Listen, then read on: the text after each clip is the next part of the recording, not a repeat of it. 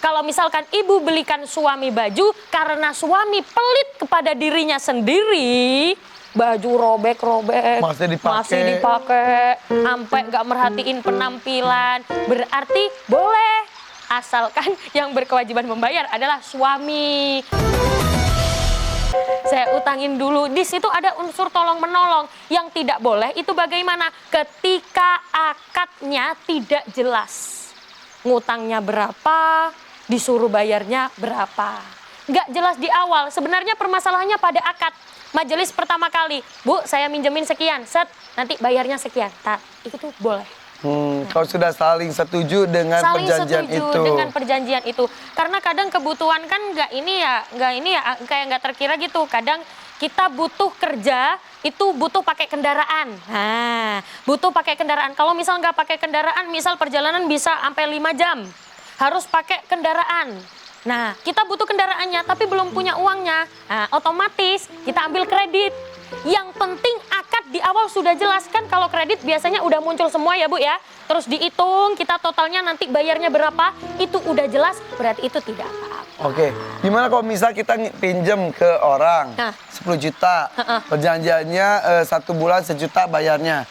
Di tengah jalan si yang minjemin uang, mau minjem lagi nggak gitu, ditambahin pinjamannya gimana? Nggak apa-apa? Nggak apa-apa, selagi akadnya jelas. Mau pinjem lagi enggak? Saya pinjemin ini. Yang penting jelas aja, jelas di awal, bukan bedol di akhir. Bendol. Bengkak.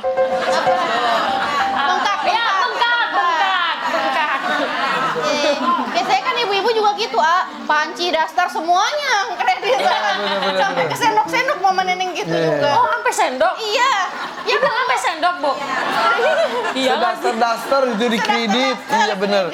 Tapi kalau misal kita menemukan orang yang mau minjemin uang ke kita, tapi bunganya tuh tinggi banget, gak masuk akal, mendingan gak usah ya? Mendingan gak usah ya Bu, cari yang bunganya kecil aja. Atau yang gak ada bunganya, contoh pinjem Irfan. Iya betul, pinjam aku bayarnya bunganya bunga-bunga hati. Atau nabung dulu baru beli. Nabung dulu baru beli. Iya. Oke, Ibu ada yang mau nanya lagi nggak? Silakan. Besti mau nanya dong. Loh, nggak bahaya ta? Assalamualaikum warahmatullahi wabarakatuh. Waalaikumsalam warahmatullahi wabarakatuh. Perkenalkan, nama saya Azka Habibah dari Majelis Ta'lim Al-Huda Ciledug, Tangerang. Ning mau nanya, Boleh. pernah beliin baju untuk suami dengan cara kredit, tapi suami nggak tahu. Bagaimana nih hukumnya? Pantesan suami gatal-gatal. Masih kredit belum lunas kali ya. Gimana ngutang ngasih seseorang, dalam hal ini ada suami, tapi yang pakai nggak tahu kalau itu masih utang. Terima kasih nih. Wassalamualaikum warahmatullahi wabarakatuh. Waalaikumsalam warahmatullahi wabarakatuh. Irfan gatal-gatal nggak? Untung lunasi ini. Jadi gimana hukumnya kalau misalkan kita beliin suami tapi pakai kredit? Kita lihat dulu asal penyebabnya. Penyebab kita beli itu apa? Kalau misalkan beli baju itu untuk hadiah buat suami, buat beliin kado ulang tahun buat suami, terus kita pakai kredit, itu nggak apa-apa. Berarti yang berkewajiban membayar adalah ibu sendiri. Karena Jangan libatkan itu suami buat bayar. Karena itu hadiah. Masa gini, Mas, aku kasih kamu hadiah harganya 100 juta, tapi bayar sendiri kreditnya. Yang berhak, yang berkewajiban membayar adalah seorang istri. Tapi kalau misalkan ibu belikan suami baju karena suami pelit kepada dirinya sendiri, baju robek-robek, masih dipakai, sampai nggak merhatiin penampilan, berarti boleh, asalkan yang berkewajiban membayar adalah suami. Karena apa? Karena suami yang pelit, kan itu bukan hadiah, itu kan baju untuk suami, karena suami sendiri pelit. Ada yang gitu ya? Ada.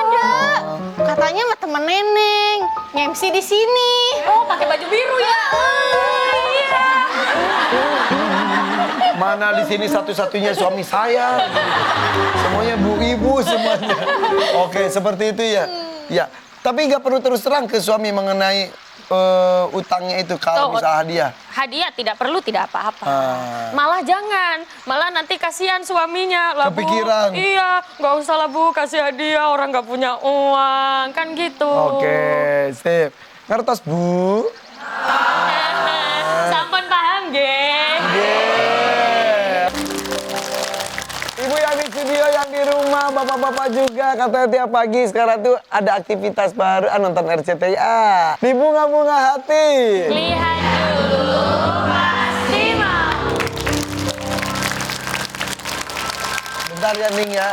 Neng, saya tuh nanya ya. Bentar ya Ning ya, Neng. Iya, bentar ya Ning, Nong mau nanya Neng. Neng, kamu tuh tadi kan katanya ngutang buat gaya. Terus emang kenapa sih harus ngutang? Terus Karena kan lebih gampang pinjem ke debt collector daripada ke teman. kolektor ke Kalau ke temen mah kan kadang kayak nggak dibalas-balas gening A. Ya kan kayak baru gini, A Irfan, nanti dibalasnya hari Minggu padahal ngechatnya hari Senin. Jangan dibocorin. Oh iya.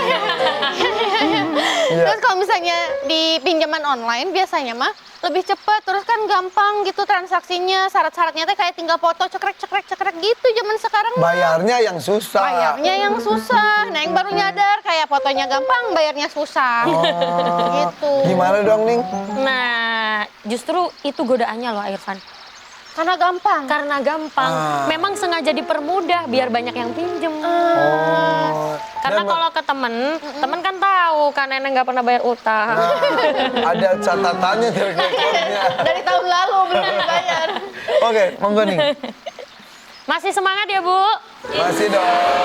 Masih dong. Bismillahirrahmanirrahim. Alhamdulillah.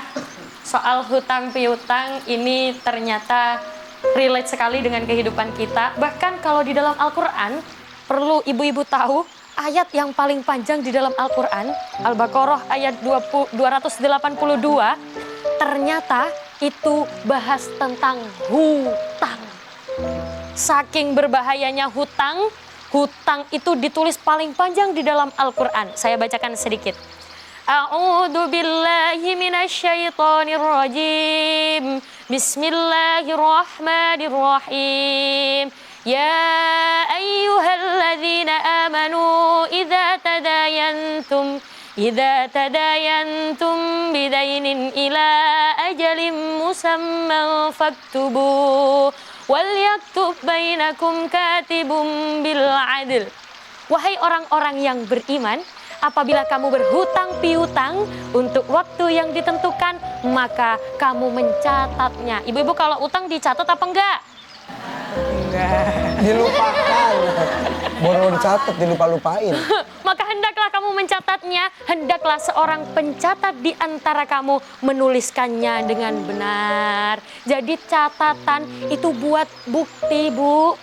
Kadang-kadang kita kan lupa, menjaga-jaga, jaga-jaga biar gak lupa. Kemarin pinjemnya 500.000, catet. Bu Eni, kemarin saya pinjam ke Bu Eni 500.000. Terus Bu Sulastri. Sulastri lagi. Soalnya Sulastri nama ibu saya. Bu Sulastri, saya pinjam ke Bu Sulastri 200.000. Dicatat, biar apa? Jadi bukti. Tapi hendaklah kamu mencatatnya dengan benar. Pinjam 500.000, dicatat 300.000. Pas diminta, uang saya kemarin mana? Ini 300.000 catatannya. Lah itu catatan siapa? Catatan kamu sendiri. Ya, enak di kamu dong, rugi dong. Jadi itulah kenapa masalah hutang piutang ini sangat kompleks ya Bu ya. Masalah hutang piutang ini berbahaya kalau kita tidak berhati-hati. Karena hubungannya hutang ini dengan manusia. Ternyata kita hidup di dunia bukan hanya hablum minallah, hubungan dengan Allah, tapi juga hablum minanas, hubungan sesama manusia. Alangkah ruginya kalau misalkan ibu di akhirat nanti mau melangkah masuk surga, ada yang panggil, malaikat, dia punya hutang ke saya.